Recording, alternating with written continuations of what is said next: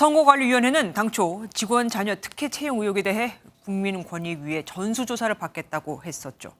하지만 실제로 조사가 시작되자 선관위는 돌변해 감사원의 감사를 이유로 이 권익위 조사를 거부하고 있다. 그렇다면 앞서 권익위 조사에 협조하겠다고 한 것은 오로지 감사원의 감사를 피하기 위한 꼼수였냐고 권익위가 비판하고 나섰습니다. 사실 처음 선관위가 권익위 전수조사를 수용했을 때만 해도 감사원의 감사는 받지 않겠다고 했었거든요. 그런데 그 뒤 나빠진 여론에 다시 감사원 감사를 받겠다고 했고 결국 선관위는 양쪽의 조사, 감사를 다 받게 생긴 겁니다. 자기 꾀에 자기가 넘어갔다고 해야 할까요? 첫 소식 한성원 기자가 보도합니다. 선거관리위원회 채용비리 전담조사단 단장을 맡은 정승윤 권익위원회 부위원장이 예정에 없던 기자회견을 열었습니다. 권익위가 중앙선관위를 비롯해 17개 지역 선관위에 현장 조사를 나갔지만 선관위가 협조하지 않고 있다는 겁니다. 감사원의 감사를 이유로 태도가 돌변했다며 강한 어조로 선관위를 비판했습니다.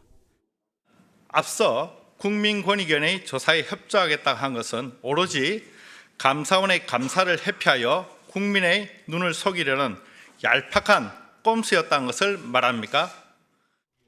지난 1일 권익위는 특별조사단을 구성해 선관위 채용비리 의혹을 전수조사하겠다고 밝혔고 같은 날 중앙선관위는 선거관리위원 회의를 열어 권익위 조사에는 협조하겠다는 입장을 낸 바 있습니다.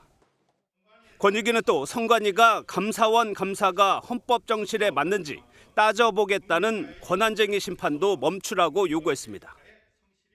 권한정의를 영원히 포기하겠다고 선언하여야 합니다.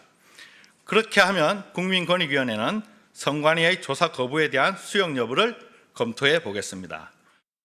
선관위는 감사원의 감사와 겹치면서 일정 등 업무 조정이 필요해 의견을 제시했다며 권익위 조사에 협조하겠다는 입장에는 변함이 없다고 반박했습니다. MBN 뉴스 한성원입니다. 안녕하세요. 김주하입니다. 공정하고 신속한 MBN 뉴스, 유튜브를 통해서도 만나보실 수 있습니다. 특히 더 많은 뉴스와 라이브를 보고 싶으시다면 오른쪽을 눌러서 구독하시면 됩니다. 어렵지 않죠? 빠르고 정확한 뉴스로 계속 찾아뵙겠습니다. MBN 뉴스를 시청해 주신 여러분 고맙습니다.